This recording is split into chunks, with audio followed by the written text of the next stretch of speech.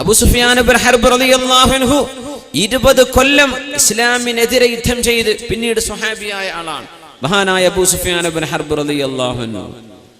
നബി തങ്ങളുടെ ടെന്റിലേക്ക് അന്ന് വന്നില്ലേ? മക്കം ഫതഹിന്റെ സമയത്ത് നബി തങ്ങളുടെ ടെന്റിലേക്ക് വന്നപ്പോ നബി തങ്ങൾ ചോദിച്ചു, യാ അബൂ സുഫിയാൻ, അബൂ സുഫിയാൻ, നിങ്ങൾക്ക് ഇപ്പോഴും മനസ്സിലായില്ലേ ഇസ്ലാം സത്യമാണെന്ന്? പറഞ്ഞു, ഞാൻ പഠിച്ചുകൊണ്ടിരിക്കുക എന്ന് പറഞ്ഞു. ചില സംശയങ്ങളുണ്ട് എന്ന് പറഞ്ഞു. ഉമർ റളിയല്ലാഹു അൻഹു പറഞ്ഞു, നബിയെ, കഴുത്തിൽ നിന്ന് തലയങ്ങ് പോയാൽ ഈ സംശയം പോകും എന്ന് പറഞ്ഞു. നബി തങ്ങൾ പറഞ്ഞു, ഉമർ, അങ്ങനെ പറയരുത്. ചില ആളുകൾക്ക് സത്യം മനസ്സിലാവാൻ ഒരുപാട് സമയമെടുക്കും. ചില ആളുകൾക്കത് പെട്ടെന്ന് മനസ്സിലാവും.